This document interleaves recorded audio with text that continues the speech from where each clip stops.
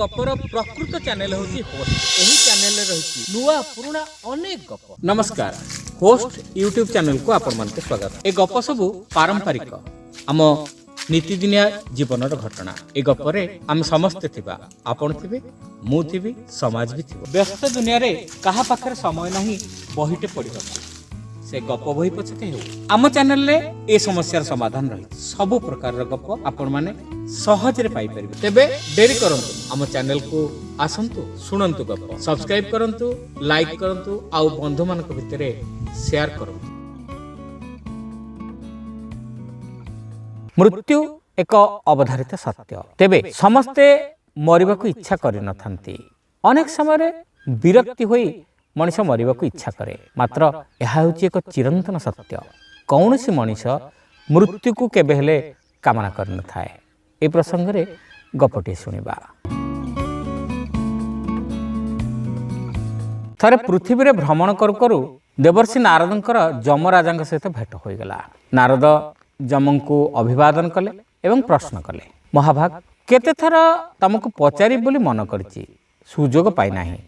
केते थर देखलिनी जो मानकर बयस पाकल होई नाही, जीवन को जो माने उत्तम रूपे बुझी भी पारि नाहंती सेमानंकु भी मरिबाकू पडुछि। एमती काहेकि? नारद, तमर प्रश्नर उत्तर देई हबो नाही। एतिक कहिबी, आत्मार आवश्यक बहुविध अभिज्ञता। नुआ नुआ अभिज्ञता निमंते परिवर्तन लोड़ा। मृत्यु आयु किछि नुहे, परिस्थितिर परिवर्तनर गोटे उपाय मात्र, जमराजा कहिले। किंतु कौनसी अभिज्ञता पाइबा पूर्व तो बहुत तरुण, युवक, शिशु एमान सब मरि जाउछंती। नारद अभियोग भरा कंठरे कहिले, नारद, से भली विदायी आत्मा तार आवश्यक अभिज्ञता पाई पारि नाही बोली तमे केम जानिबो?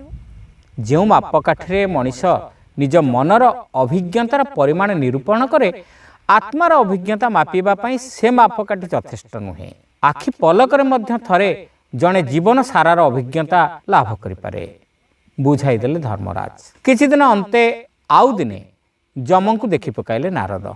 दुहे अवश्य लोक सम्मुखर अदृश्य रे रही पृथ्वी परिभ्रमण करथिले। सेतेबेले दीप्रहर पाचियाए भर्ती तरभुज मुंडेई हाटक जीवा पई बुढ़ीटीए गोटे गछ मूଳରେ क्लांत होई बस पड़िथाए। केमिति अछ आई? बाटोईटीए ताकू पचारला। केमिति अछ आ पचार ना बापा, जम मते पूरा भूली गलानी। जमर स्मरण शक्ति चुली को गलानी। ए पोड़ा जीवन को नहीं मु खाली घांटी होउची। कपाळरू स्वेद मोचन करी कहिला बुढ़ी। संगलाप सुनिले जम और नारद। जमंको अनाइले नारद। जमराज खाली हसी देले, किछि कहिले नाही। जमराज, अकाल रे मनुष्य काहेकि मरे तमे मते सेदिन बुझेई देइथिलो, किंतु जहार बयस हेलानी पुणी जे मरिबाकू एते उत्कंठित ता प्रति तमे उदासीन रहउछ केउथि पई? मोटे मरिबाकू प्रस्तुत नुहे एमती केते लोकंकु तो तमे नै गलणी। असंभव, मु सेमती लोकंकु केबे नै न पारे। तमे लोकंक मृत्यु भय को बुझाउछ। भय गोटे मनर गुण, आत्मार गुण नुहे। कारण जा हेउ ना काहेकि आत्मार सम्मति बिना मु काहाको निये नाही। जम कहिले, तमे कोन कहउछ? ए बुढ़ीर आत्मा मृत्यु पई प्रस्तुत नुहे। आत्मा नुहे कि जो मन जोगे से जीवन प्रति एडे विरक्ति प्रकाश करुची, से मन भी नुहे। जम बुझाई देले।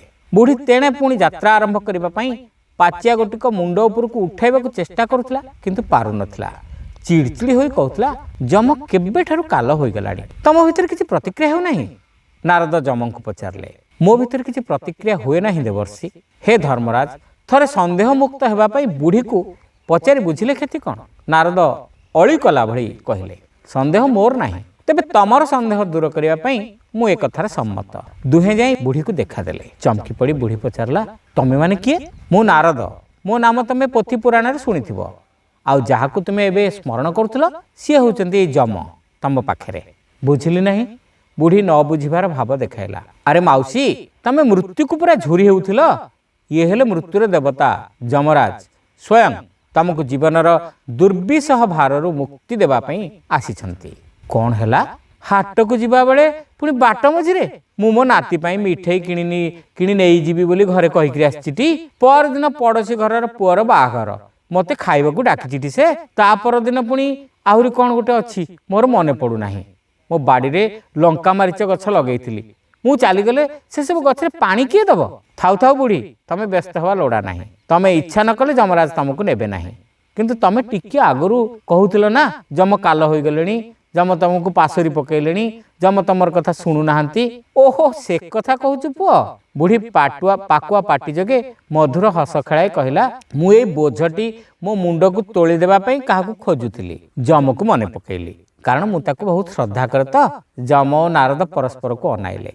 ଯମ ବୁଢ଼ୀର ପାଚିଆ ଉଠାଇ ତା ମୁଣ୍ଡରେ ଥୋଇଦେଲେ। ଦୁହେଁ ବିଦାୟ ନେଇଯିବା ବେଳେ ପଛରୁ ଶୁଣିପାରିଲେ ବୁଢ଼ୀର ମନ୍ତବ୍ୟ, କିମିତିକା ଦେବତା ବାପାରେ ଯମ, ଥଟ୍ଟା ବି ବୁଝିପାରୁନାହିଁ। ଶ୍ରୋତା ବନ୍ଧୁ, ଗପଟି ଆପଣମାନଙ୍କୁ କେମିତି ଲାଗିଲା କମେଣ୍ଟ କରି ନିଶ୍ଚିତ ଜଣାଇବେ। ଆପଣମାନେ ଯଦି ହୋଷ୍ଟରେ ନୂଆ, ତେବେ ସବସ୍କ୍ରାଇବ୍ କରିବାକୁ ଭୁଲିବେ ନାହିଁ। ରହିଲୁ, ନମସ୍କାର। କହି ଜାଣିଲେ କଥା ସୁନ୍ଦର, ମାତ୍ର କଥା କହିବାର କଳା ଗୋଟେ ସ୍ୱତନ୍ତ୍ର। ଯେଉଁମାନେ ତୋଷାମଦକାରୀ ସେମାନେ ବଡ଼ ଚତୁର ଭାବରେ କଥା କୁହନ୍ତି ଆଉ ସମସ୍ତଙ୍କୁ ନିଜର କରିପାରନ୍ତି। ଏଇଟା ହେଉଛି ତୋଷାମଦକାରୀଙ୍କର ଗୁଣ। ପୂର୍ବକାଳରେ ରାଜାଙ୍କ ଦରବାରରେ ଏମିତି ଖୋସାମତିଆ ମାନେ ବହୁତ ବି ଥିଲେ। ଆଜିକାଲି ସମାଜରେ ବି ଏମାନଙ୍କର ସଂଖ୍ୟା କିଛି କମ୍ ନୁହେଁ। ଏମାନେ ଯେକୌଣସି ବଡ଼ ବଡ଼ିଆ ଲୋକଙ୍କୁ ନିଜର କଥାର ଯାଦୁରେ ନିଜ ପଟିଆ କରିପାରନ୍ତି। ଏହି ପ୍ରସଙ୍ଗରେ ଗପଟିଏ। ରାଜା ଗଲେ ଶିକାର କରିବାକୁ। ସାଥିରେ ଥିଲେ ଜଣେ ଅମାତ୍ୟ। ରାଜା 4-5 ଘଣ୍ଟା ବଣ ଭିତରେ ବିତାଇ ଗୋଟେ ବି ଶିକାର ପାଇଲେ ନାହିଁ। ତାଙ୍କ ମୁହଁରେ ବିରକ୍ତି ଫୁଟି ଉଠୁଥାଏ। ହଠାତ୍ ଦେଖାଗଲା ଗୋଟେ ହରିଣ ଛୁଆ। ରାଜା ତରବରିଆ ଭାବରେ ତୀର ଯୋଖିଲେ ଓ ମାରିଲେ, କିନ୍ତୁ ହରିଣ ଛୁଆଠାରୁ 2 ଗଜ ଦୂରରେ ଯାଇ ତୀର ପଡ଼ିଲା। ସାବାସ ମହାରାଜ, କହିଲେ ଜଣେ ଅମାତ୍ୟ। ରାଜା ଅପମାନ ଆଉ କ୍ରୋଧରେ ଲାଲ ଦେଖାଗଲେ। ଅମାତ୍ୟ ଆଡ଼େ କଟମଟିକିରେ ଅନେଇଲେ, କିନ୍ତୁ ଅମାତ୍ୟ ନିଜକୁ ନିଜେ କହିଲା ବେଳେ ଗୁଣୁଗୁଣୁ ହୋଇ କହିଲା, ମହାରାଜଙ୍କର ହୃଦୟର ଦୟା ଦେଖ।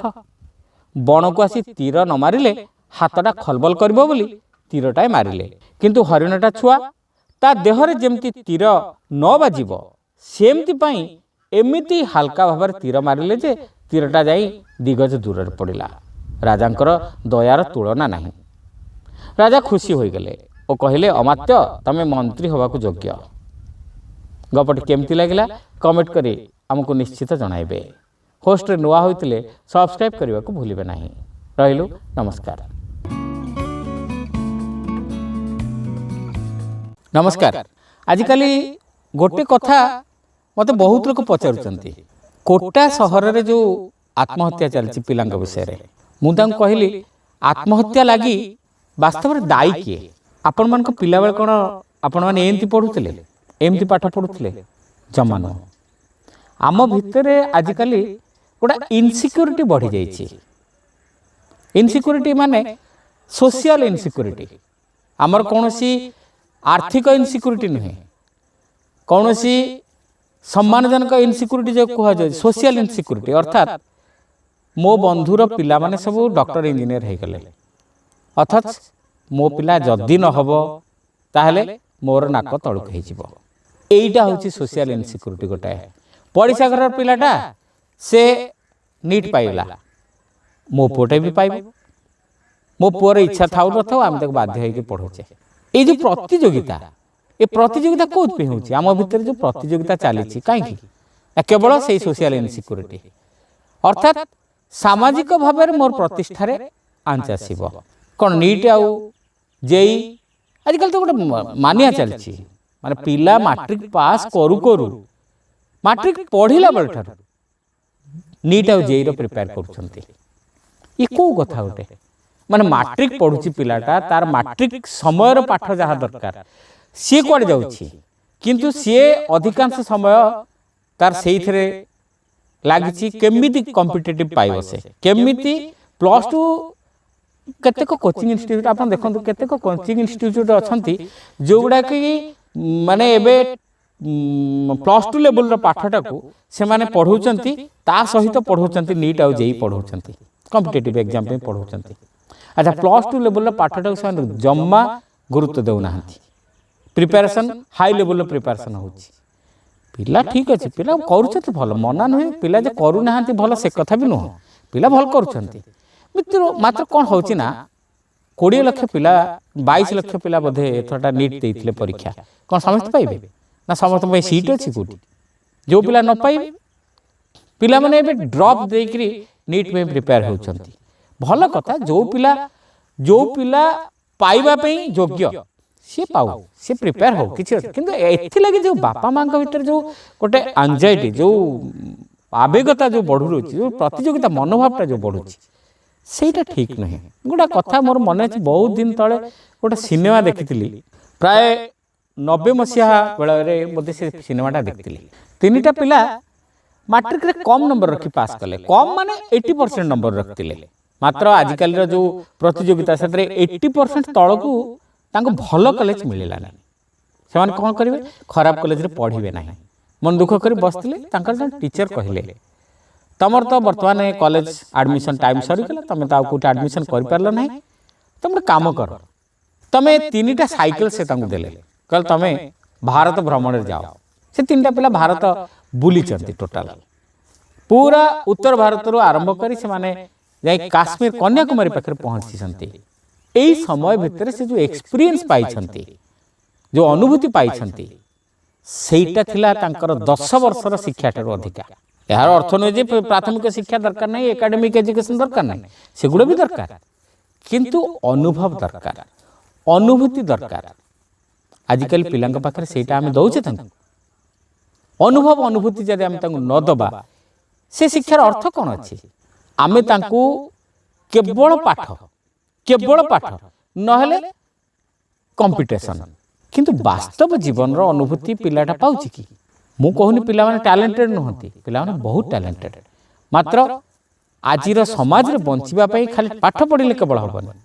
জীবন কোন জানিবাক পড়িব জীবন কোন বুঝিবাক পড়িব তেণু আমার সবু পিলা মানে যে আইএএস হেবে ডক্টর হেবে ইঞ্জিনিয়ার হেবে এই সব ধারণা আম মানক ভিতর যে বদ্ধমূল ধারণা রয়েছে এটা আদৌ ঠিক নহে आपण माने एबे गोटे नुआ ट्रेंड आछि जानथिबे गोटे गोटे यूट्यूबर आम बेले से सुन नथिला यूट्यूबर माने लक्षाधिक रोजगार करछंती गोटे आईएएस अफसर रो दरमा भी सेतिक नुह याकू केही कैरियर रे पर्यंत भाबी नाहंती मात्र गोटे आईएएस अफसर ठारू मध्ये से माने अधिक रोजगार करछंती जीवन रो परिसर बहुत व्यापक सबु पिला जे डाक्टर हेबे इंजीनियर हेबे आईएएस ऑफिसर हेबे किंबा एमबीए एमसीए करी करी बड़ बड़ मैनेजमेंट रे रहिबे यार माने किछ नाही पिलाटा कौन हम सी तार डिसाइड करू आमे नुह आमे ताकू स्वच्छंद छाड़ी दबा तू बाबा कौन करबा को चाहू कर कि तू जहा करबा को चाहू कर अन्य मान को देखि कि नुह तो मन भीतर कौन अछि सेटा तू देख सेटा को जान तोर निजर दक्षता कौन अछि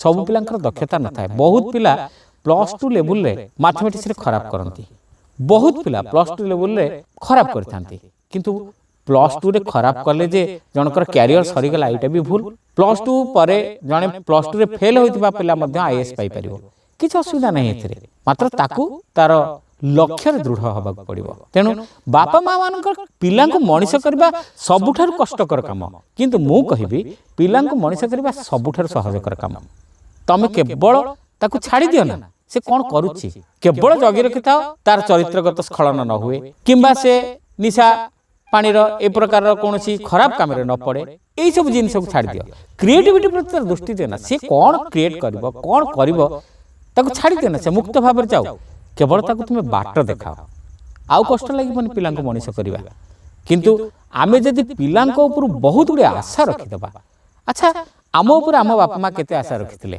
आज जो माने आईएएस अफसर होइछंती आज जो माने बड़ बड़ पद पदवी रे अछंती सेमानकर बापा माँ गाँव रे चासी थिले हाँ एक कथा कह जाय पारे जे सेतोळ कंपटीशन नथिला आमे माने अति सहज रे आसी एठी पहुंची जाइछु किंतु वर्तमान जेमती कंपटीशन अछि वर्तमान सेमती स्वच्छंद रे पैसा रोजगार विभिन्न बाट खोली जाइछि आपन को बेले गोटे रोजगार गोटे दीटा तीनटा चारटा मार्ग थिला एना सहस मार्ग अछि पिला सहस बाटे जाई परिबो से कोनटा करिवो ता ऊपर छाड़ दिया जाऊ तेनु ए दृष्टि देखिले पिलांक ऊपर चाप हेबारु से माने किछि गोटे अघटन घटौछंती जदि चाप न हेबो चाप मुक्त शिक्षा समस्त कहउछंती एटा केवल कथारे कहा जाउछि वास्तव रे कामे हो जो माने चाप मुक्त शिक्षा कथा बड़ बड़ सभा रे मीटिंग रे भाषण दउछंती टीवी रे कहउछंती सेई माने तांको पिला मानकू बेसी चाप दउछंती अरे मु गोटे एते बड़ टीवी रो गोटे एंकर टीवी रो गोटे स्पीकर किबा एते बड़ ऑफिसर टे मो पुहै तू ए करू ଏଇଟା ହେଲା ଚାପ। ଆମର ଉଚ୍ଚାକାଂକ୍ଷା ପଳେଇ ଯାଉଛି ପିଲାମାନଙ୍କ ଆଡ଼କୁ। ସେମାନେ ଯାହା ପଢ଼ୁଛନ୍ତି ତାଙ୍କୁ ବୋଝ ଭଳି ଲାଗୁଛି। ସେମାନେ ଭାବୁଛନ୍ତି ଆମେ ବାପା ମାଆଙ୍କର ସ୍ୱପ୍ନ ପୂରଣ କରିପାରିବୁନି। ଆଉ ସବୁଠାରୁ ଗୋଟେ ବଡ଼ ରୋଗ ଆମର ଆଧୁନିକ କାଳର ବାପା ମାଆମାନଙ୍କୁ ବର୍ତ୍ତମାନ ଗ୍ରାସିଛି।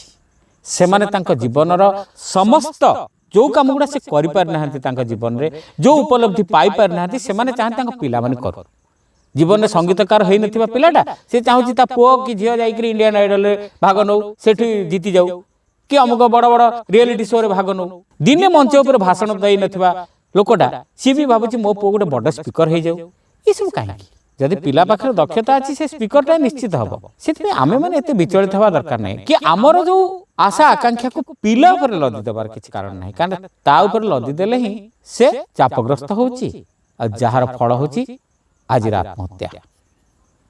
ବନ୍ଧୁଗଣ, ଆମେମାନେ ଏମିତି କିଛି ଟପିକ୍ ନେଇ ଆଲୋଚନା କରିବା। ଆପଣମାନଙ୍କୁ ଏକଥା କେମିତି ଲାଗିଲା କମେଣ୍ଟ କରି ଜଣାଇବେ। ଯଦି ନୂଆ ଇସ୍ୟୁ କିଛି ଆପଣଙ୍କ ପାଖରେ ଅଛି କମେଣ୍ଟରେ ଲେଖନ୍ତୁ, ଆମେ ତା ଉପରେ ମଧ୍ୟ ଆପଣମାନଙ୍କ ସହିତ ଆଲୋଚନା କରିବା। ସବସ୍କ୍ରାଇବ୍ କରିନଥିଲେ ସବସ୍କ୍ରାଇବ୍ କରନ୍ତୁ, ବନ୍ଧୁମାନଙ୍କ ଭିତରେ ସେୟାର କରନ୍ତୁ। ରହିଲୁ, ନମସ୍କାର।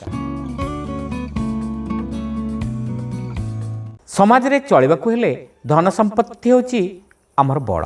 ମାତ୍ର ଧନ ସମ୍ପତ୍ତି ପ୍ରତି ଲୋଭ ଆମକୁ ବହୁତ ସମୟରେ ମୋହଗ୍ରସ୍ତ କରାଏ। ଆଉ এই ମୋହରୁ ମୁକ୍ତି ପାଇବା ବଡ଼ କଷ୍ଟ।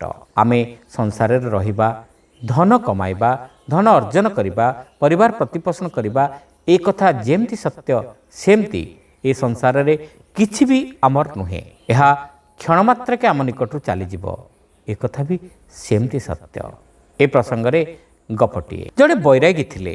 ନିଜର ବ୍ୟବହାର୍ଯ୍ୟ ଲୁଗା ଯୋଡ଼ିକ ଛଡ଼ା ତାଙ୍କର ଆଉ କିଛି ବି ସମ୍ପତ୍ତି ନଥିଲା।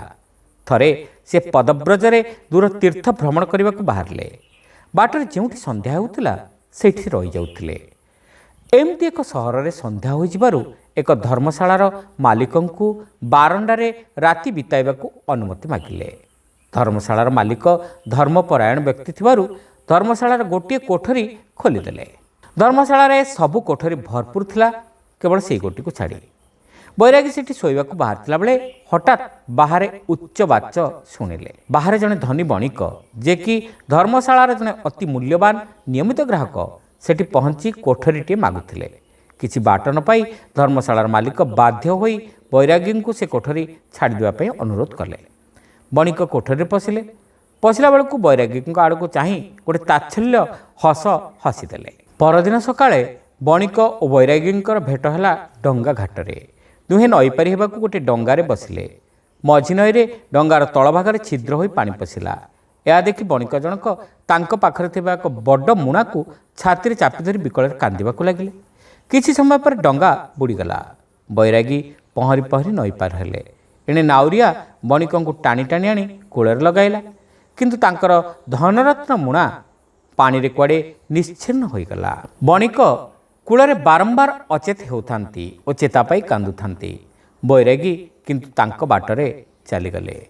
ବୈରାଗୀଙ୍କ ଚେହେରାରେ କିଛି ବି ଭାବାନ୍ତର ନଥିଲା। ବଣିକ ଭାବିଲେ, ସତରେ ଏଇଟା ହେଉଛି ଜଣେ ବୈରାଗୀର ବଳ। ଯାହାର କିଛି ନାହିଁ, ତାର ହରାଇବାର ଭୟ ନାହିଁ, ତାହା ହିଁ ତାର ଶକ୍ତି। ମୋ ପାଖରେ ଅଛି ବୋଲି ମୁଁ ଦୁର୍ବଳ। କଥାଟି ଆପଣମାନଙ୍କୁ କେମିତି ଲାଗିଲା କମେଣ୍ଟ କରି ନିଶ୍ଚିତ ଜଣାଇବେ।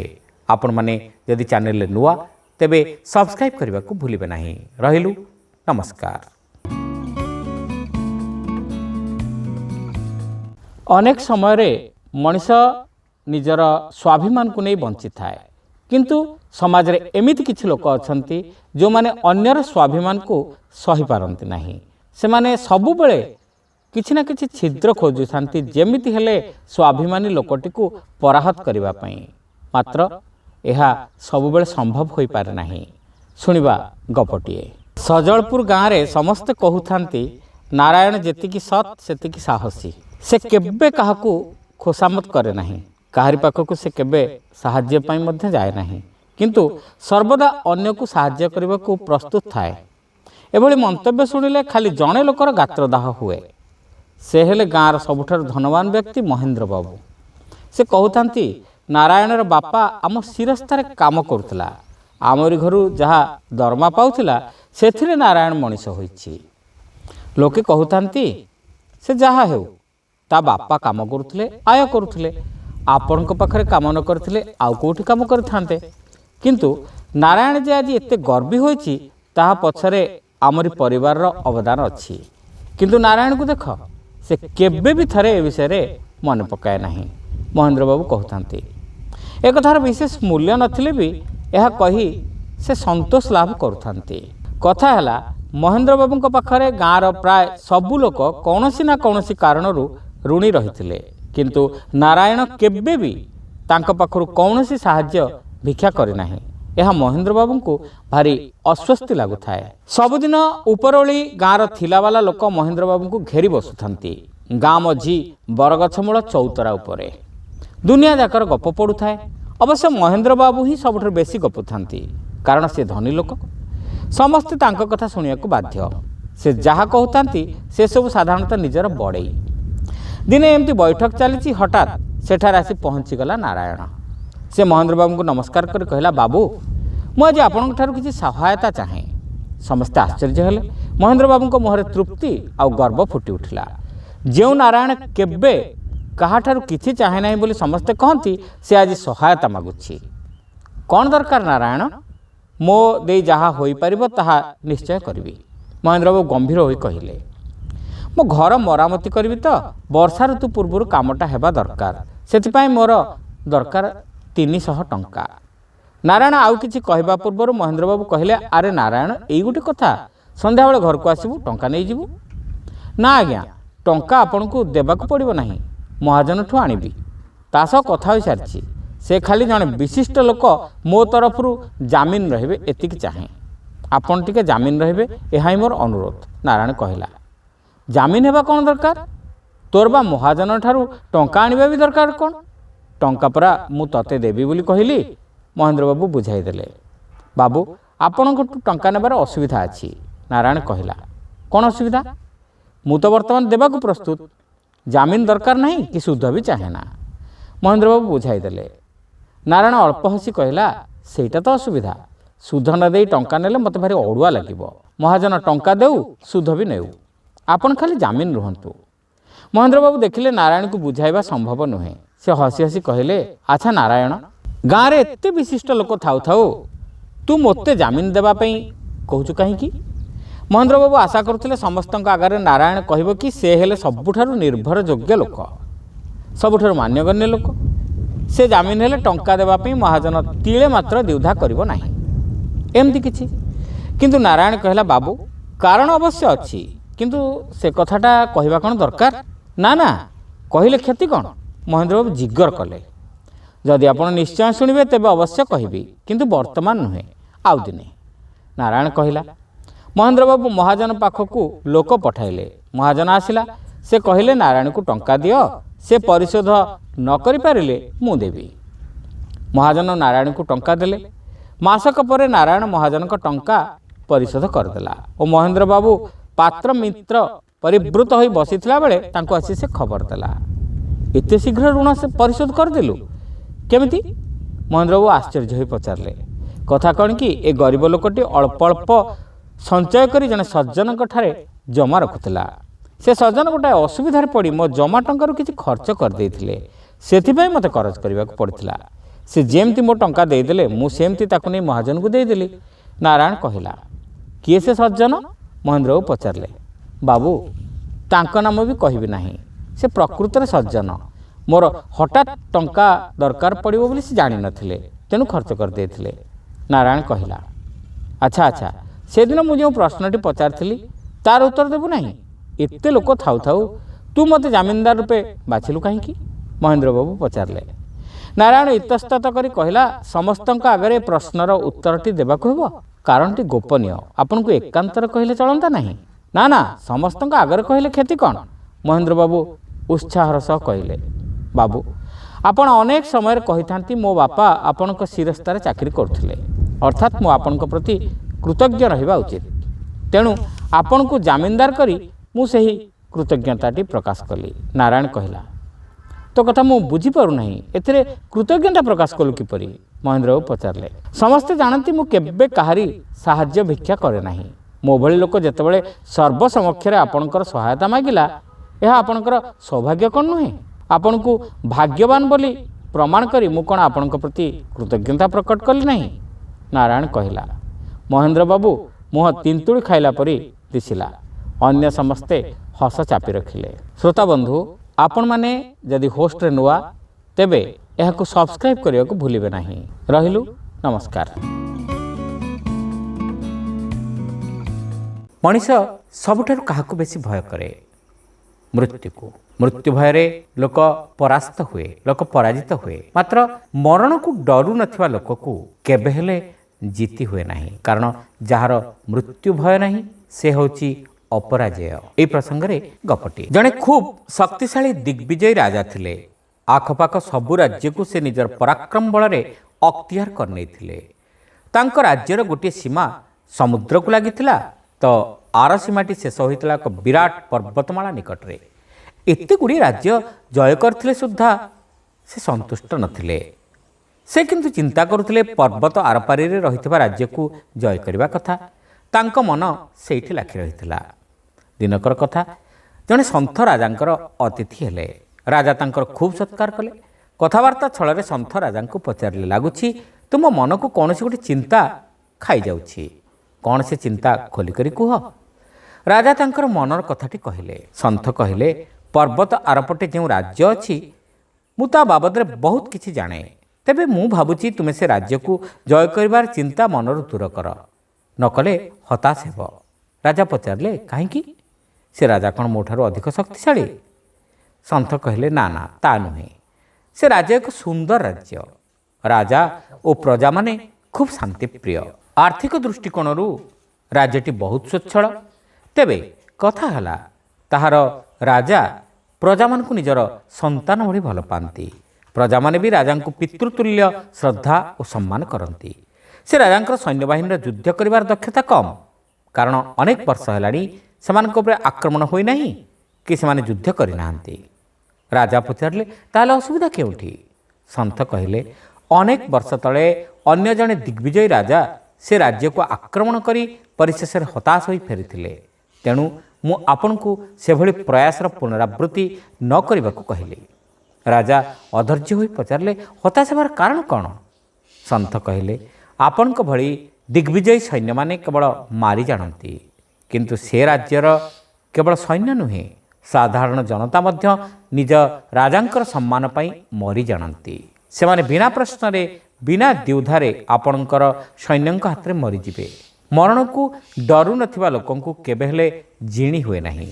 ଜିଣିଗଲେ ବି ଯଶ ଲାଭର ଆନନ୍ଦ ମିଳେ ନାହିଁ। କଥାଟି ଆପଣମାନଙ୍କୁ କେମିତି ଲାଗିଲା କମେଣ୍ଟ କରି ନିଶ୍ଚିତ ଜଣାଇବେ। ଆପଣମାନେ ଯଦି ଚ୍ୟାନେଲରେ ନୂଆ, ତେବେ ସବସ୍କ୍ରାଇବ୍ କରିବାକୁ ଭୁଲିବେ ନାହିଁ। ରହିଲୁ, ନମସ୍କାର। ନିଶା ମଣିଷକୁ ଅଜ୍ଞାନ କରିଦିଏ, ହିତାହିତ ଜ୍ଞାନ ଭୁଲିଯାଏ। ଆଜିକାଲି ସମସ୍ତେ ପ୍ରାୟ ନିଶାଗ୍ରସ୍ତ। କିଏ ମଦ ଅନ୍ୟାନ୍ୟ ନିଶାରେ ଚୁର, ତ କିଏ ଧନର ନିଶାରେ ଚୁର। ପୁଣି କିଏ ନିଜକୁ ଭୁଲିବା ପାଇଁ ନାନା ପ୍ରକାର ଆମୋଦ ପ୍ରମୋଦ ମୌଜ ମଜଲିସର ନିଶାରେ ଚୁର। ନିଶାରେ ମଣିଷ ହିତାହିତ ଜ୍ଞାନ ବି ଭୁଲି ଯାଉଛି। ଏହି ପ୍ରସଙ୍ଗରେ ସେ ନିଜର ପରିଚୟ ବି ଖୋଜୁଛି। ଶୁଣିବା ଗପଟିଏ। ମଲ୍ଲୀପୁର ଅତି ଛୋଟ ସହରଟିଏ। ଜ୍ୟୋତ୍ସ୍ନା ପୁଲକିତ ରଜନୀ। ଗୋଟାଏ ନାଟକ ଦେଖିସାରି ଗପସପ ହୋଇ ଲୋକେ ନିଜ ଘରକୁ ଫେରୁଥିଲେ। ହଠାତ୍ ଛକ ଉପରୁ ଶୁଭିଲା ଗୋଟେ ଆର୍ତ୍ତନାଦ। ସ୍ତ୍ରୀ ଲୋକଟିର ସର୍ବନାଶ ହୋଇଗଲା। ଆହା ବିଚାରୀ, ଚିତ୍କାର କରୁଥିଲେ ଜଣେ ଯୁବକ। ତାଙ୍କର ସୂକ୍ଷ୍ମ ଧୋତି, କାମିଜ, ସୁନାହାର, ହୀରା ମୁଦି ଓ ଜରି ଲଗା ଜୋତାରୁ ତାଙ୍କର ସ୍ୱଚ୍ଛଳତା ସହଜରେ ବାରି ହୋଇପାରୁଥିଲା। ସର୍ବନାଶ ହୋଇଗଲା। ଯୁବକଙ୍କ ଘୋଷଣାର ସମର୍ଥନରେ କହିଲେ ତାଙ୍କର ଦୁଇ ଅନୁଗତ ସହଯାତ୍ରୀ। ତାଙ୍କ ଭିତରୁ ଜଣେ ସମ୍ଭବତଃ ଜ୍ୟୋତ୍ସ୍ନା ଦାଉରୁ ଯୁବକଙ୍କୁ ରକ୍ଷା କରିବାକୁ ତାଙ୍କ ମୁଣ୍ଡ ଉପରେ ଛତା ଧରିଥିଲେ। ଅନ୍ୟ ଜଣକ ନିଜର କୁଞ୍ଚକାନିରେ ତାଙ୍କର ଲୁହ ପୋଛି ନିଜର ବି ପୋଛୁଥିଲେ। କାହାର ସ୍ତ୍ରୀର ସର୍ବନାଶ ହେଲା ବାବୁ? ପ୍ରଶ୍ନ କଲେ କେତେଜଣ। ବୁଝିପାରୁନ? ଖାସ୍ ମୋ ନିଜ ସ୍ତ୍ରୀର, ଯୁବକ ଉତ୍ତର ଦେଲେ। ତାଙ୍କର କ'ଣ ହେଲା? କେହି ତାଙ୍କ ଗହଣା ଗାଣ୍ଠି ନେଇଗଲା କି? ଅତ୍ୟାଚାର କଲା? ପଚାରିଲେ ଜଣେ ସମ୍ଭ୍ରାନ୍ତ ପଥିକ। ମୋ ସ୍ତ୍ରୀର ସର୍ବନାଶ ହୋଇଗଲା। ଯୁବକ ପଥିକମାନଙ୍କର ସହାନୁଭୂତିରେ ଉତ୍ସାହିତ ହୋଇ ଆହୁରି ଉଚ୍ଚ କଣ୍ଠରେ ଚିତ୍କାର କଲେ। ହଁ ହଁ, ହୋଇଗଲା। ତାଙ୍କ ସହିତ ଦୁଇ ସହଯାତ୍ରୀ ବି ଚିତ୍କାର କଲେ। ବାଟରେ ଯାଉଥିଲେ ରାଜବୈଦ୍ୟ। ଅଟକି ଯାଇ କହିଲେ, ତମ ସ୍ତ୍ରୀଙ୍କର କ'ଣ କିଛି ବେମାର ହୋଇଛି କୁହ, ମୁଁ ବରଂ ଚିକିତ୍ସା କରିବି। ମୋ ସ୍ତ୍ରୀର ସର୍ବନାଶ ହୋଇଗଲା। ଯୁବକ ବିକଳ ଭାବରେ ରାଜବୈଦ୍ୟଙ୍କୁ କୁଣ୍ଢାଇ ଧରି କହିଲେ। ସେତିକିବେଳେ ସାଧୁ ସୌମ୍ୟାନନ୍ଦ ସେଇଠି ଆସି ପହଞ୍ଚିଗଲେ। ସେ ଯୁବକଙ୍କୁ ଲକ୍ଷ୍ୟ କରି କହିଲେ, ଆରେ ଇଏ ତ ସମ୍ବିତପୁରର ଜମିଦାର। ଏହାଙ୍କର ପରଲୋକଗତ ବାପା ମୋର ଶିଷ୍ୟ ଥିଲେ। ସାଧୁଙ୍କ ସହ ଥିଲେ ତାଙ୍କର ଅନ୍ୟତମ ଶିଷ୍ୟ ରାଜାଙ୍କର କଟୁଆଳ। ସାଧୁ ତାଙ୍କୁ କିଛି ଇଙ୍ଗିତ କରନ୍ତେ ସେ ଝପଟି ଯାଇ ଯୁବକଙ୍କୁ ଧରି ପକାଇ ଅତି ଜୋରରେ ଝିଙ୍କି ଦେଲେ ଓ ପିଠିରେ ତାଙ୍କର ବସେଇ ଦେଲେ ଦିଟା ମୁଷଳିଆ ବିଧା। ତରୁଣ ଜମିଦାର ବାନ୍ତି କଲେ। ତାପରେ ଆଖି ମଳି ମଳି ଜୁଳୁଜୁଳୁ କରି ଅନାଇଲେ। ପିତୃଗୁରୁଙ୍କୁ ଚିହ୍ନି ପ୍ରଣାମ କରିବା ପାଇଁ ବି ଚେଷ୍ଟା କଲେ। କ'ଣ ହେଲା ତମ ସ୍ତ୍ରୀଙ୍କର? ଗୁରୁ ପଚାରିଲେ। ଆଜ୍ଞା, ସେ ବିଧବା ହୋଇଗଲା। ଜମିଦାର, ସାଧୁ ଓ କଟୁଆଳଙ୍କୁ ଘେରିଥିବା ଲୋକେ ଅଟ୍ଟହାସ୍ୟ କରିବାକୁ ଲାଗିଲେ। ନୀରବ ହୁଅ। ଜନତାଙ୍କ ଆଡ଼ୁ ଆଖି ବୁଲାଇ ଗୁରୁ ଧମକ ଦେଲେ ସମସ୍ତଙ୍କ ଉଦ୍ଦେଶ୍ୟରେ। ଜନତା ହାସ୍ୟ ସମ୍ବରଣ କଲା, କାରଣ ସାଧୁ ସୌମ୍ୟାନନ୍ଦଙ୍କୁ ସମସ୍ତେ ମାନ୍ୟ କରୁଥିଲେ। ସାଧୁ ପୁଣି କହିଲେ, ଭୁଲି ଯାଅ ନା ଯେ ତମେ ସମସ୍ତେ ବିଧବାମାନଙ୍କର ସ୍ୱାମୀ। ତାପରେ ଜମିଦାରଙ୍କୁ ପ୍ରଶ୍ନ କଲେ, ତମ ସ୍ତ୍ରୀ ବିଧବା ହୋଇଯିବାର ଖବର ତମକୁ କିଏ ଦେଲା? ମୋର ଜଣେ ପ୍ରାଣ ମିତ୍ର। ଜମିଦାର ରାସ୍ତା କଡ଼ର ପାନଶାଳା ଆଡ଼େ ହାତ ଦେଖାଇ କହିଲେ। ଆଚ୍ଛା ଯୁବକ, ତମେ ବଞ୍ଚିଛ ଏ କଥାକୁ ବିଶ୍ୱାସ କରୁଛ ତ? ସାଧୁ ପ୍ରଶ୍ନ କଲେ। ଜମିଦାର ଆପ୍ୟାୟିତ ଭାବରେ କହିଲେ, ଆଜ୍ଞା, ଆପଣ କ'ଣ ଆଉ ମିଛ କହନ୍ତେ? ବେଶ୍, ତମେ ବଞ୍ଚିବା ଯଦି ସତ, ତମ ସ୍ତ୍ରୀ ବିଧବା ହେବା କଥାଟା ସତ ହୋଇପାରେ ନା। ବୁଝିଗଲେ ଆଜ୍ଞା, ହକ୍ କଥା, ମୁଁ ବୋକା ନୁହଁ। ତମର ଘୋଡ଼ା ଗାଡ଼ି କାହିଁ? ଯାଅ, ସଙ୍ଗେ ସଙ୍ଗେ ଗାଁକୁ ଫେରିଯାଇ ଘରେ ଚୁପଚାପ ଶୋଇପଡ଼। ତମର ପ୍ରାଣମିତ୍ର ଦେଇଥିବା ଖବର ତମ ସ୍ତ୍ରୀଙ୍କୁ କହିବା ଦରକାର ନାହିଁ। ସାଧୁ ନିର୍ଦ୍ଦେଶ ଦେଲେ। ପାନଶାଳା ଆଗରେ ହିଁ ଗାଡ଼ି ଓ ଚାଳକ ଅପେକ୍ଷା କରିଥିଲେ। ଜମିଦାର ସବାନ୍ଧବ ତାହା ଚଢ଼ି ବସିଲେ। ଲୋକେ ଚାଲିଗଲେ। କଟୁଆଳ ଗୁରୁଙ୍କୁ ଏଥର ନମ୍ର ଭାବରେ ପ୍ରଶ୍ନ କଲେ, ଆଜ୍ଞା, ସମସ୍ତେ ବିଧବାମାନଙ୍କର ସ୍ୱାମୀ କହି ଆପଣ କ'ଣ ବୁଝାଉଥିଲେ? ଜମିଦାର ଯେମିତି ନିଜକୁ ଭୁଲିଯାଇ ଗୋଟେ କୃତ୍ରିମ ସଙ୍କଟରେ ପଡ଼ି ଆର୍ତ୍ତନାଦ କରୁଥିଲେ, ସମସ୍ତଙ୍କର ଅବସ୍ଥା ଉଣା ଅଧିକେ ସେଇଆ। ଅଜ୍ଞାନ ମଣିଷ। କିଏ ମଦ ପିଇ ନିଜକୁ ଭୁଲି ଯାଉଛି, ପୁଣି କିଏ ସବୁ ସଙ୍କଟକୁ ଭୁଲିଯିବା ପାଇଁ ନିଜକୁ ଅଚିହ୍ନା ବ୍ୟବହାର କରୁଛି। ଖାଲି ମାତ୍ରାରେ ଟିକେ ପାର୍ଥକ୍ୟ। ସୌମ୍ୟାନନ୍ଦ ଉତ୍ତର ଦେଲେ। ଶ୍ରୋତାବନ୍ଧୁ, ଗପଟି ଆପଣମାନଙ୍କୁ କେମିତି ଲାଗିଲା କମେଣ୍ଟ କରି ନିଶ୍ଚିତ ଜଣାଇବେ। ଚ୍ୟାନେଲରେ ନୂଆ ହୋଇଥିଲେ ସବସ୍କ୍ରାଇବ୍ କରିବାକୁ ଭୁଲିବେ ନାହିଁ। ରହିଲୁ, ନମସ୍କାର। ଅନ୍ୟର କଥା କହିବାକୁ ଶୁଣିବାକୁ ସମସ୍ତଙ୍କୁ ଭଲ ଲାଗେ। ଏହାକୁ କହନ୍ତି ପରଚର୍ଚ୍ଚା। ପରଚର୍ଚ୍ଚାର ଯେଉଁ ଆନନ୍ଦ, ତାହା ବୋଧହୁଏ ଆଉ କେଉଁଥିରେ ନାହିଁ ବୋଲି ଅନେକ ଲୋକ ଭାବନ୍ତି। ତେଣୁ ଯୁଆଡ଼େ ଗଲେ ଆମେ ଶୁଣୁ ପରଚର୍ଚ୍ଚା। ମାତ୍ର ପରଚର୍ଚ୍ଚା ଠିକ୍ କି? ଠିକ୍ ହେଉ ବା ଭୁଲ ହେଉ, ମଣିଷର ପ୍ରକୃତି ବଦଳେ ନାହିଁ। ଏହି ପ୍ରସଙ୍ଗରେ ଗପଟିଏ। ଦୁଇ ଜଣ ସାଧୁ କଥା ହେଉଥିଲେ। ଜଣେ କହିଲେ, ଭାଇ କହିଲ, ଏ ପ୍ରକୃତି ଛଡ଼ା ମଣିଷଙ୍କର ପ୍ରକୃତି କେମିତି ବଦଳିବ? ଆର ସାଧୁ କହିଲେ, ଭାଇ, ମଣିଷର ପ୍ରକୃତି ବଦଳିବା କଥା ମିଛ। ଭାରି କଷ୍ଟକର ବ୍ୟାପାର। ମୁଁ ଥରେ ଚେଷ୍ଟା କରି ବିଫଳ ହୋଇଛି। ମୋ ଅଭିଶାପ ବି କାମ ଦେଲା ନାହିଁ। କଥାଟା ଶୁଣ। ମୁଁ ତ ବାବାଜୀ ଲୋକ, ଚାରିଆଡ଼େ ଘୁରି ବୁଲୁଥାଏ। ଗୋଟିଏ କଥା ମୋତେ ଭାରି ଖରାପ ଲାଗେ। ତାହା ହେଲା, ମୁଁ ଯୁଆଡ଼େ ଯାଏ ସେଠି ଦେଖେ ଲୋକେ ପରର ଖରାପ ଚର୍ଚ୍ଚା କରୁଛନ୍ତି। ଥରେ ମୁଁ ଆଉ ସମ୍ଭାଳି ପାରିଲି ନାହିଁ। ଗୋଟେ ଗାଁକୁ ଯାଇଥାଏ। ଦେଖିଲି ସେଠି ପରଚର୍ଚ୍ଚା ଭାରି ଜୋର। ସ୍ଥିର କଲି ଏ ଲୋକଙ୍କୁ ପାନେ ଦେବି। ମୁଁ ପ୍ରତି ଲୋକଙ୍କ ଘରକୁ ଗଲି। ସମସ୍ତଙ୍କୁ ଜଣ ଜଣ କରି କହିଲି କି, ପିଲା, ବୁଢ଼ା, ଯୁବକ କି ସ୍ତ୍ରୀ ସମସ୍ତେ ମନ ଦେଇ ଶୁଣ। ଆଜିଠୁ ପରଚର୍ଚ୍ଚା ବନ୍ଦ। ଚର୍ଚ୍ଚା କରିବା ସକାଶେ କେତେ କଥା ଅଛି। ପରଚର୍ଚ୍ଚା କିଆ? ଈଶ୍ୱରଙ୍କୁ ଚିନ୍ତା କର, ତାଙ୍କର ମହିମା କଥା ଚର୍ଚ୍ଚା କର। ତୁମମାନଙ୍କୁ ଠିକଣା ବାଟକୁ ଆଣିବା ପାଇଁ ମୁଁ ତୁମମାନଙ୍କୁ ଅଭିଶାପଟିଏ ଦେଉଛି। ଯିଏ ପରଚର୍ଚ୍ଚା କରିବ ତାର ଆୟୁଷ 2 ବର୍ଷ କମିଯାଇ ଯାହା ବିଷୟରେ ଚର୍ଚ୍ଚା କରୁଛ ତା ଆୟୁଷରେ ମିଶିଯିବ। ତେଣୁ ସାଧୁ ସାବଧାନ। ତାପରେ ଅନେକ ବର୍ଷ ଗଲା। ମୁଁ ପୁଣି ଥରେ ସେଇ ଗାଁକୁ ଗଲି। ମୁଁ ଭାବିଥିଲି ଯେ ନିଜର ଆୟୁଷରୁ 2 ବର୍ଷ ଲେଖାଏଁ କଟିଗଲେ ଲୋକେ ସାବାଡ଼ ହୋଇଯିବେ, ଆଉ ପରଚର୍ଚ୍ଚା କରୁନଥିବେ। ପୁଣି ଯାହା ବିଷୟରେ ଚର୍ଚ୍ଚା ହେବ ସେ 2 ବର୍ଷର ଆୟୁଷ ଲାଭ ପାଇବ। ଏହା ଚର୍ଚ୍ଚାକାରୀକୁ ବି ବାଧିବ। କିନ୍ତୁ ଗାଁରେ ପହଞ୍ଚି ଦେଖେ ତ ପରଚର୍ଚ୍ଚା ପୁରା ଦମରେ ଚାଲିଛି। ମୋତେ ଦେଖି ସେମାନେ ଗାଁକୁ ପାଛୋଟି ନେଲେ ଓ କହିଲେ, ଆପଣ ମହାତ୍ମା ଆମର ଭାଗ୍ୟ ବଦଳାଇ ଦେଲେ। ଆପଣ ଯିବା ପରଠାରୁ ଆମ ଗାଁକୁ ଆଉ ମୃତ୍ୟୁ ଆସିନାହିଁ। ଇଏ ପୁଣି କି କଥା? आमे समस्ते तो परचर्चार मातिचु आउ जी चर्चा करी आयुष 2 वर्ष हराऊँच ता विषय आउ कहीं चर्चा कले तार पुणी से 2 वर्ष आयुष पाई जाऊँ तेणु आयुष सर केमती मुझे दिन कहली बहुत हो गला आउ नुहे। श्रोता बंधु गपटी आपण मानक केमिति लागला कमेंट करी निश्चित जणाइबे। आपण माने जदि चैनल नुआ तेबे सब्सक्राइब करने को भूलिबे नहीं। रहिलु नमस्कार। जीवन रे साधना सबुठार बड़ कथा। साधनार सिद्धि पाइबाकु हेले अविरल साधना करने पड़िबो। साधनारे केतेबेले को मुहूर्त रे आमे जदि दिग्भ्रष्ट हो जाऊ तेबे कौनसी ना कौनसी प्रकार ईश्वरंकर इंगित आम पाखरे आसी पहुँची थाए मात्र आमको से इंगित को बुझीबार अच्छी। यही प्रसंग में गपटी सन्यास नहीं युवक नुआ ना होता शुभ्रानंद। गुरु कहते बापा मते कठोर साधना करने को पड़ता 60 वर्ष काल तेबे जाई सिद्धि पाइली किंतु तोते मु आशीर्वाद करुछि अर्धेक समय रे तोते मिली जीव दुष्प्राप्य अभिज्ञता ताहा आसीब हठात धैर्य धरी प्रतीक्षा करिबो। गुरु आउ इहधामरे नथिले किंतु से इहलीला संवरण करने पूर्वर शुभ्रानंद तांको प्रश्न करथिले गुरुदेव जेतेबेले जो समस्यार सामना करिछि सेतेबेले सेथिरु उत्तीर्ण हेबा निमंते आपण मते दिग्दर्शन देइछंती भविष्य रे करिबि कोन बच्छ जदि तू परम दिग्दर्शक को चित्तरे स्मरण करुथुबो तेबे जेकोसी परिस्थिति जेकोसी व्यक्ति को माध्यम करी से तते दिग्दर्शन दे चली खाली तो सजाग रहिबा कथा गुरु कहिथिले।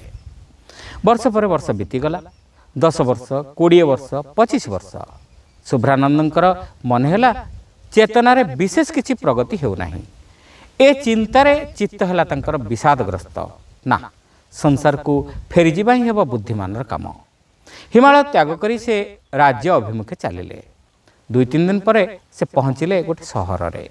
सेतबेलकु रात्रि शेष प्रहर गोटे कोठा भितरु शुभुची संगीत से पशिगले।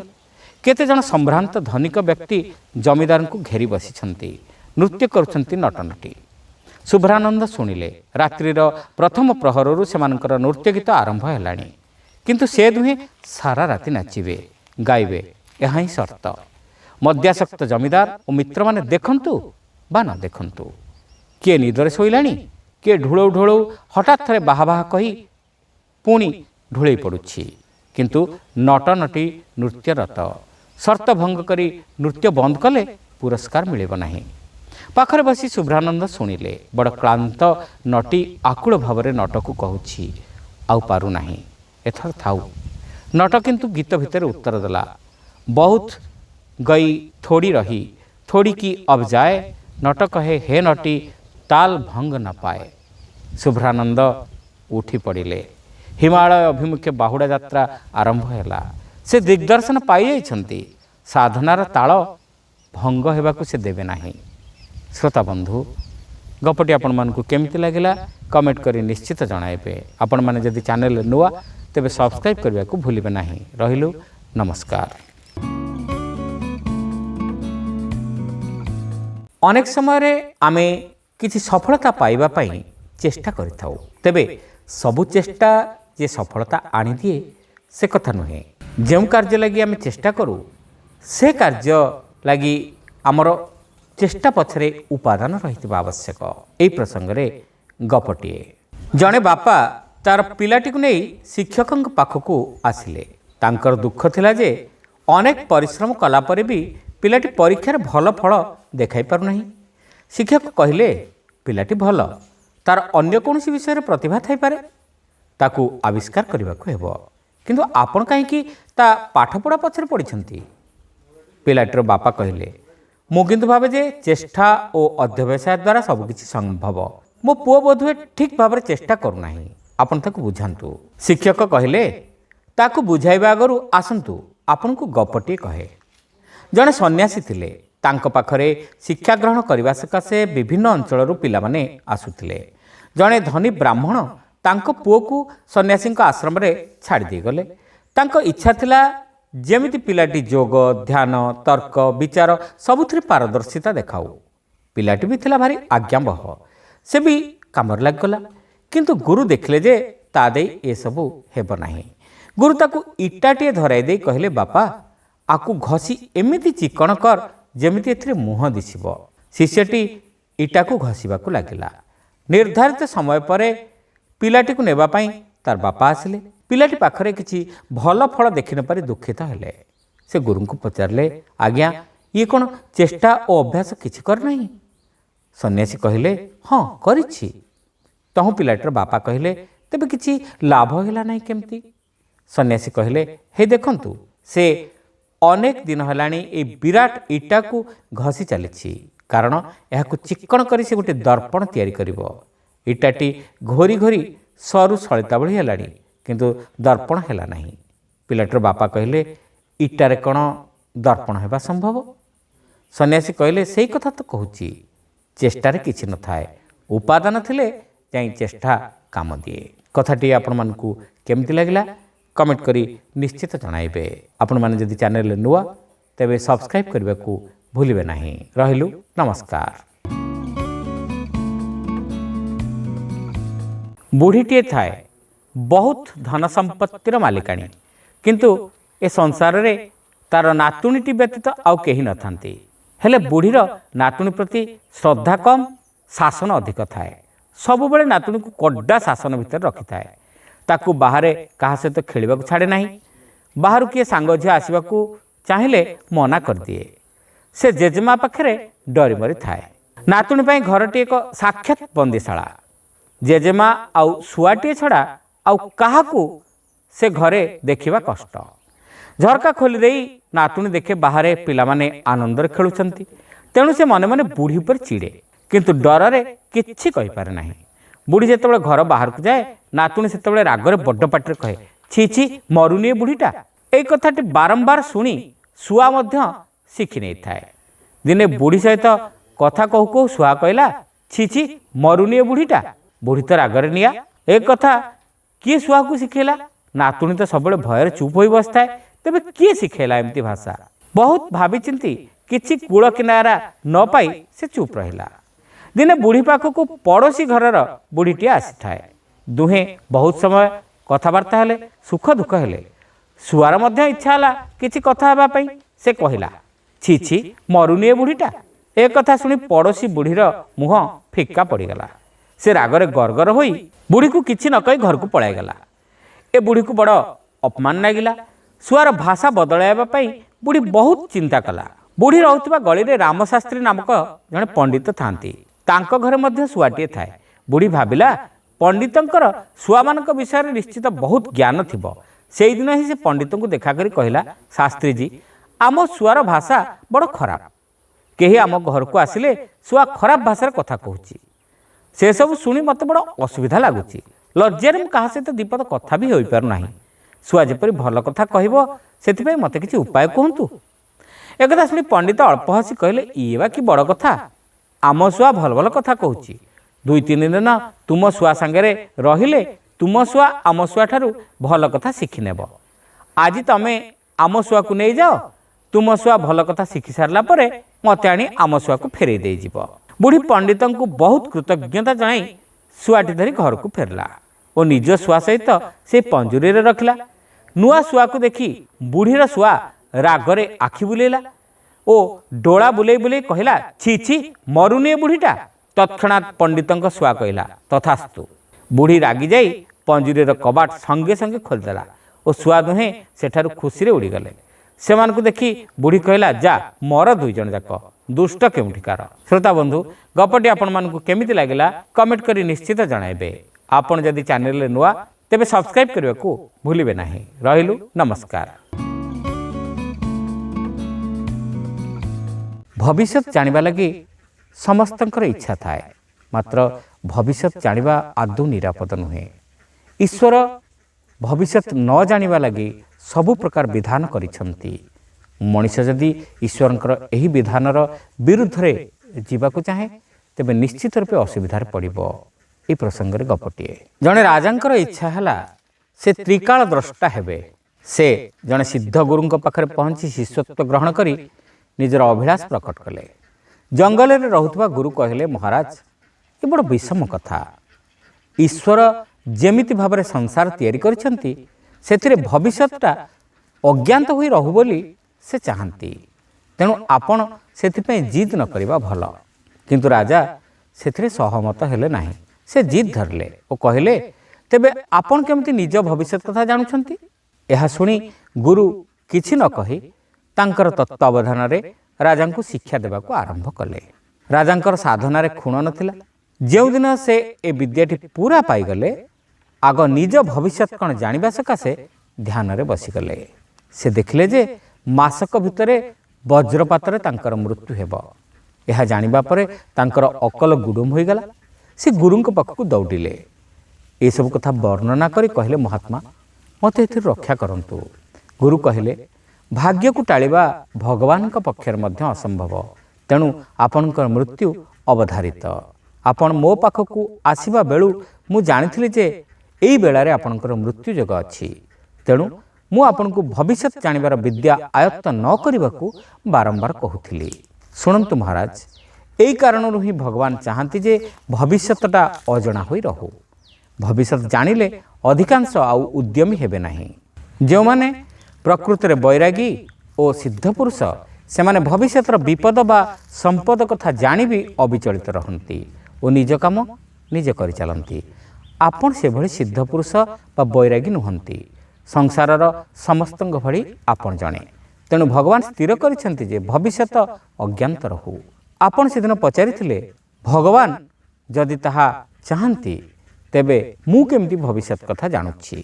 शुणंतु मु जाने जे एई क्षणी मोर खूब यातनादायक मृत्यु हेब। किंतु मो मनरे कौनसी शंका अछि कि तांको कथा सरिछि कि नाही। जंगल भितरु गर्जन करी लंफ देला एक महाबल बाघ एवं गुरुं को जंगल भितर टाणी नहीं गला। श्रोता बंधु गपटी आपण मानकु केमिति लागिला कमेंट करी निश्चित जणाइबे। आपण जदि चैनल नुआ तेबे सब्सक्राइब करबा को भूलिबे नाही। रहिलु नमस्कार। धन समस्तंक पाखर थाए तेबे धनर प्रकृत उपयोग कौन ताहा हुए तो अनेक लोक जानी नथांती। धनी व्यक्ति ताकू ही कुआजिबो जे धनर प्रकृत उपयोग विषय रे जानी थाए। ए प्रसंग रे सुनिबा गपटिए। विमलानंद नामक जणे साधु शिष्यगणक सह तीर्थाटन करबाकू जाउथांती। बाटरे गोटे ग्राम रे से 5 दिन विश्राम कले। से ग्रामर सबुठारु बड़ धनी थिले लिंगराज। धनी थिले मध्य से थिले धार्मिक। तेणु से साधु और तांकर शिष्यगणकर रहिबा खाइबा सब खर्च से बहन कले और साधु सेवा मध्य कले। जीवा दिन साधु ग्रामवासी मानक आशीर्वाद देले। शेष लिंगराज को आशीर्वाद दे कहले बस्छ तमे जन्मरु ही धनी समस्त प्रकार सुख संपद रे पूर्ण।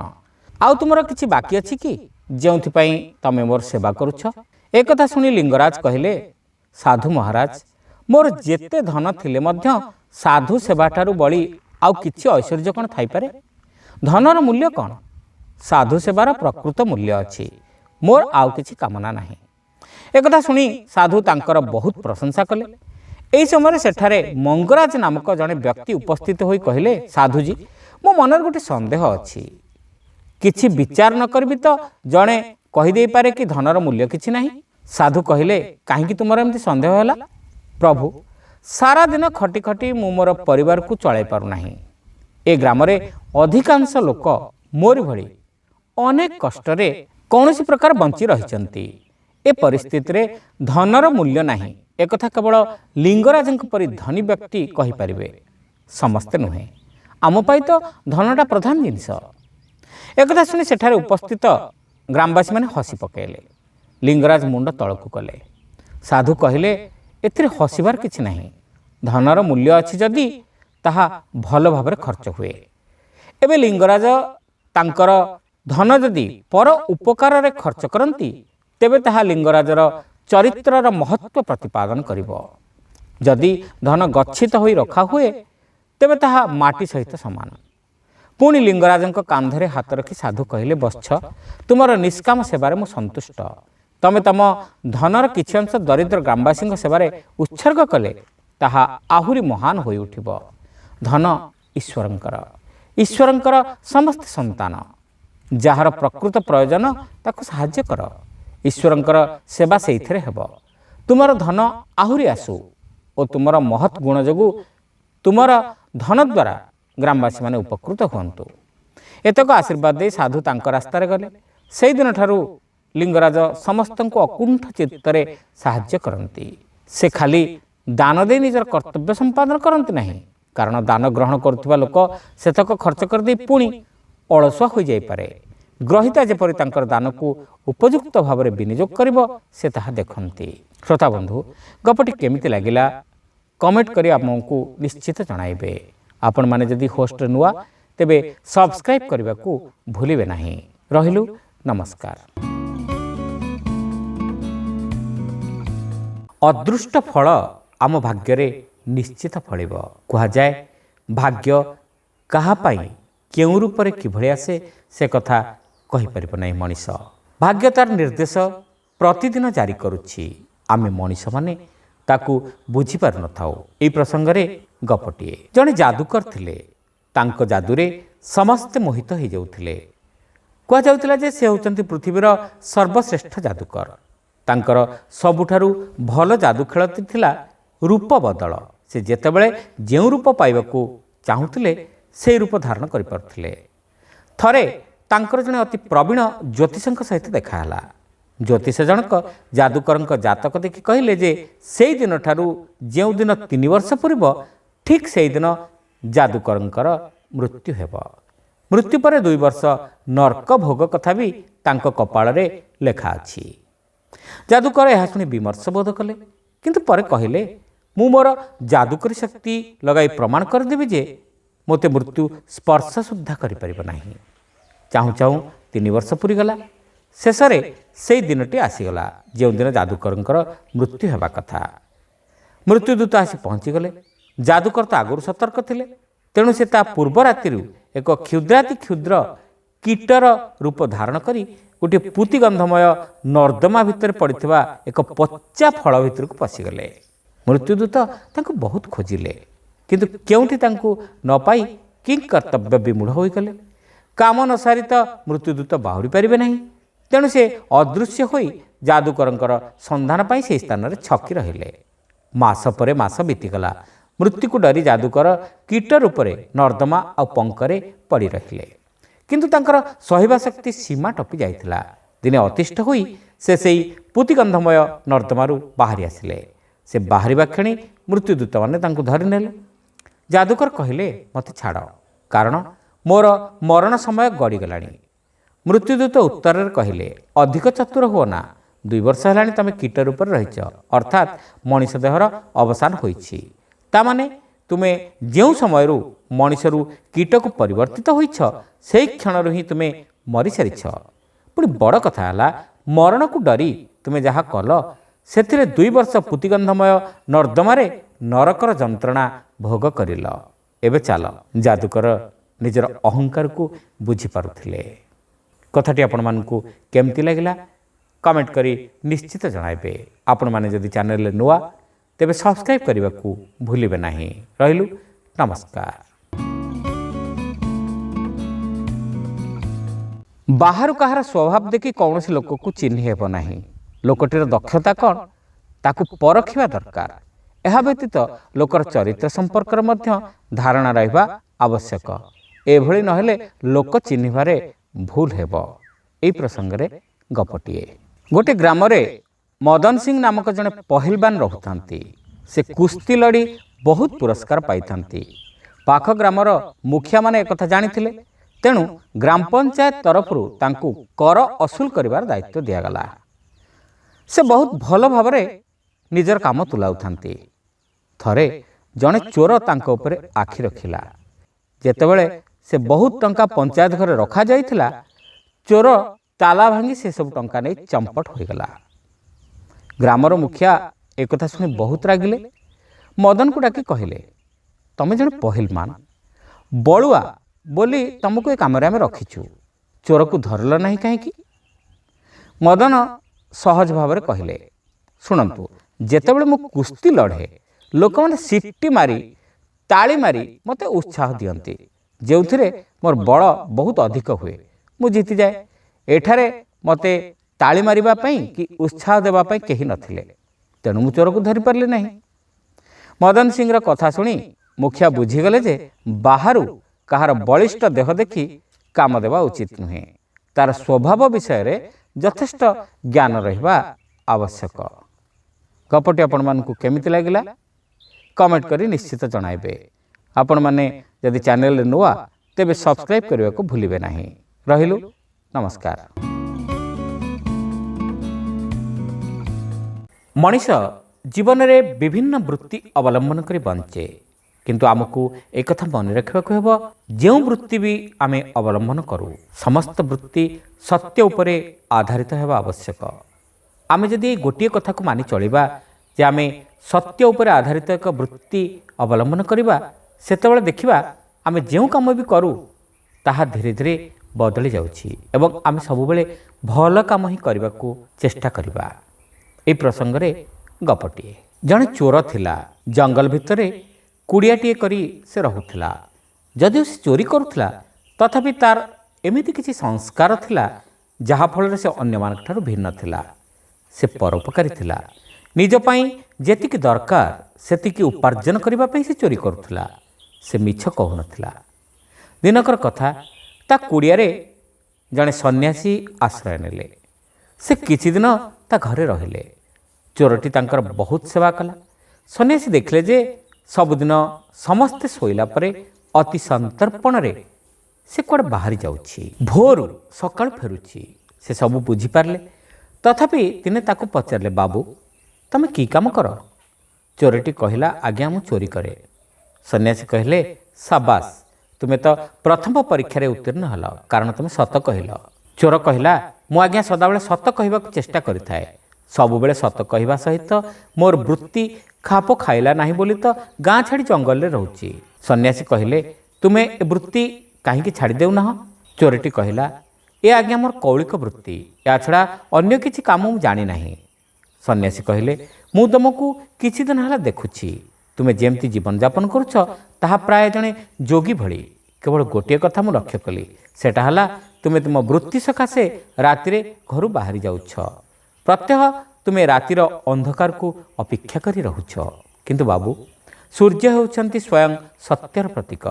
ତୁମେ ତାଙ୍କୁ ଠକି ତୁମ କାମ କରୁଛ ମାନେ ତୁମେ ଅସତ୍ୟ ମାର୍ଗରେ ଯାଉଛ। ତେଣୁ ତୁମେ ସତ୍ୟବାଦୀ ହେବାର କିଛି ମୂଲ୍ୟ ନାହିଁ।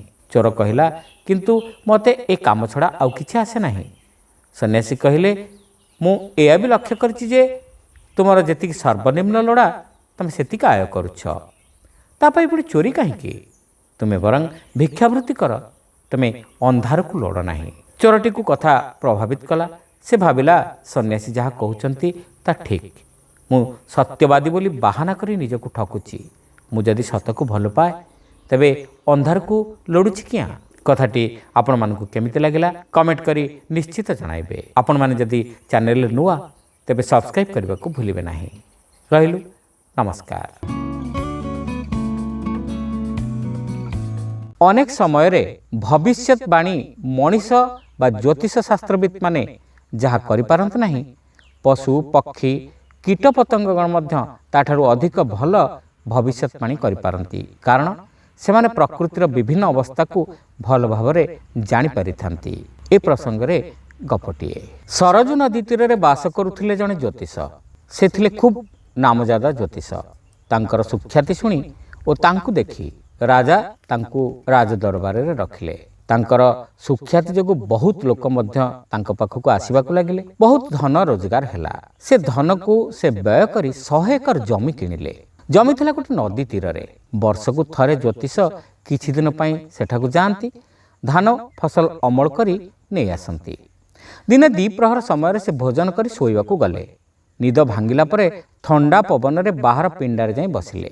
ଏହି ସମୟରେ ସେଠାକାର ରଜକ ଲୁଗା ସବୁ କାଚି ଗଧ ଉପରେ ଲଦି ଯାଉଛି।